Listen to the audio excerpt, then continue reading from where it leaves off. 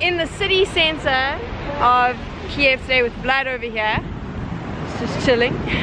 We are doing a street art, so I'm going to check out. You remember I did Argentina, I've done New York, so today we're going to do Kiev. I'm going to show you as much as I can.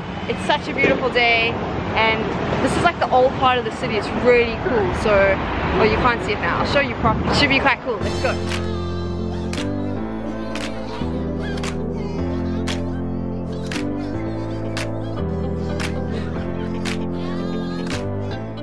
So this guy, his name is Mataruda. He came actually from the US, but originally he was born in Costa Rica. So he immigrated from Costa Rica to the US, and then he lived in America. So here he decided to make a lady that looks like Ukrainian, because she has like a very typical traditional sunflowers all around her, but actually so she's not Ukrainian. She's from Kafkas area. So you know, that's how he wanted pretty much to show programs of immigrants in Ukraine and everywhere else in the world, because you know, he wanted to show that even an immigrant from Kafkas from anywhere else can become like a real Ukrainian person.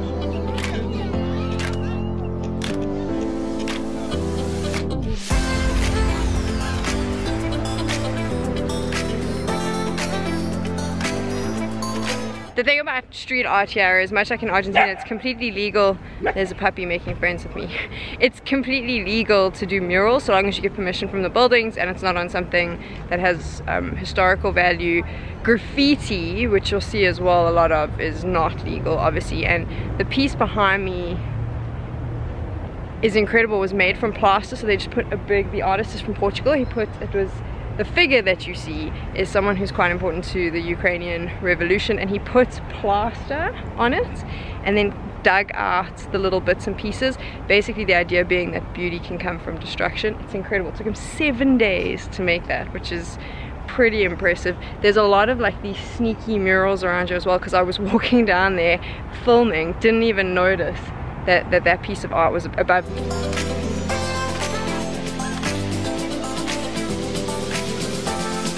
The mural you just saw is from a Spanish artist called Ares. It was done in 2015 and no one's quite sure what it means. So you saw there the guy is kind of holding some sort of staff. People don't really know what it is. You can't figure out what his race is or what he's doing. And when different people spoke to the artist and were like, well, what does it mean? He was like, I'm not going to tell you. You figure it out for yourself, which I really dig.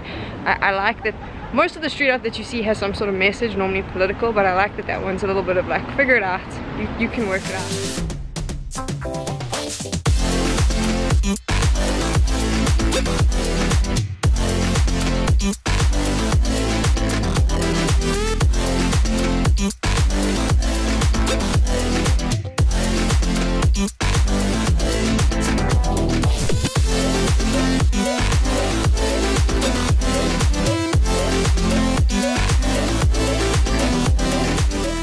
Behind me is a mosaic, and I'll show it to you and I'm going to walk you through it. So you can see the kid that's looking directly at you.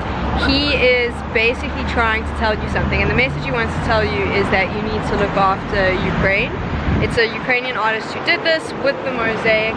And then on your left hand side there's a list of the 10 commandments, because the artist is actually really religious. So the 10 commandments run down the side of this mural, and then you'll see the QR codes at the bottom. If you scan those, each one of them is also a commandment, which is kind of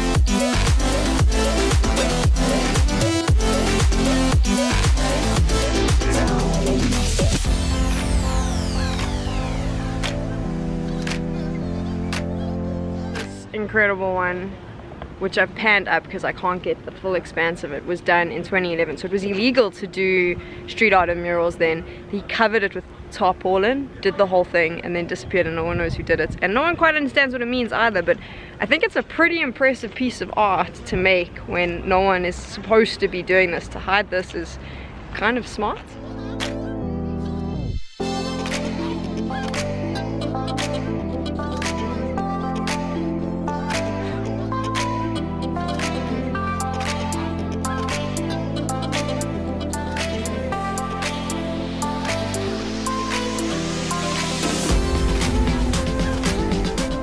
You've seen two murals from the same artist. Both of them talk a little bit about the history of Ukraine.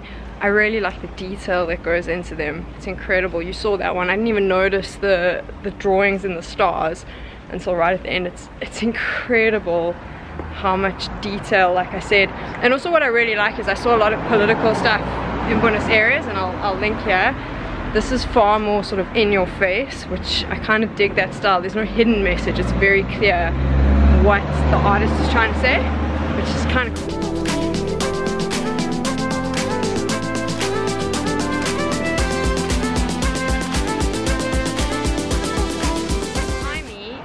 Is an interesting one. This is actually done by an Australian artist. That is a Ukrainian gymnast who is tumbling, and she had some strong feelings about Crimea, which is obviously now part of Russia. There was a war for that. She's now living in Kiev. Her daughter still lives in Crimea, and this particular mural was done by this Australian artist who knew her, and it's kind of her saying that Ukraine is falling and going down because of what happened in Crimea. So she's depicted there as the gymnast, and it's an Australian piece of work. And then right across from me is this really creepy statue.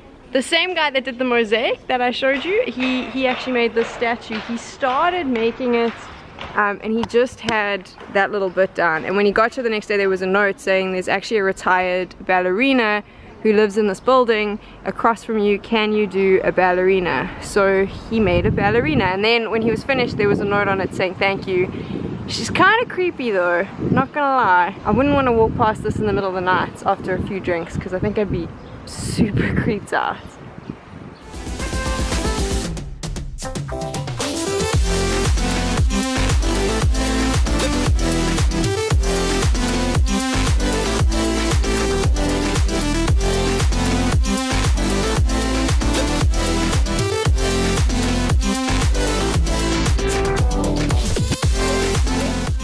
I really love the old city because we're walking through this tunnel now and it takes us back onto the street. It's really cool how there's all these like cool underground hidden places, and you got to see all of those incredible pieces of street art as well, and some graffiti.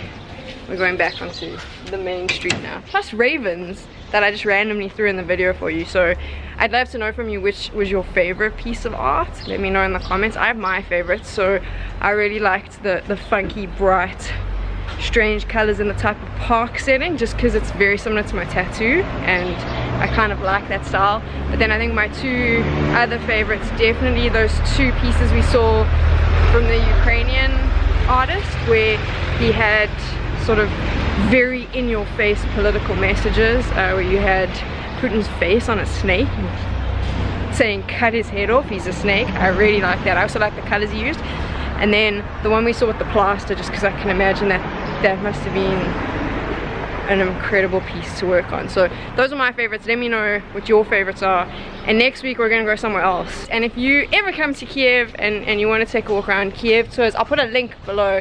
Vlad has been amazing. Thank you, Vlad. You've heard his voice. He's shown me some amazing stuff, and I'm really excited to explore the rest of the city. So we'll do that next week.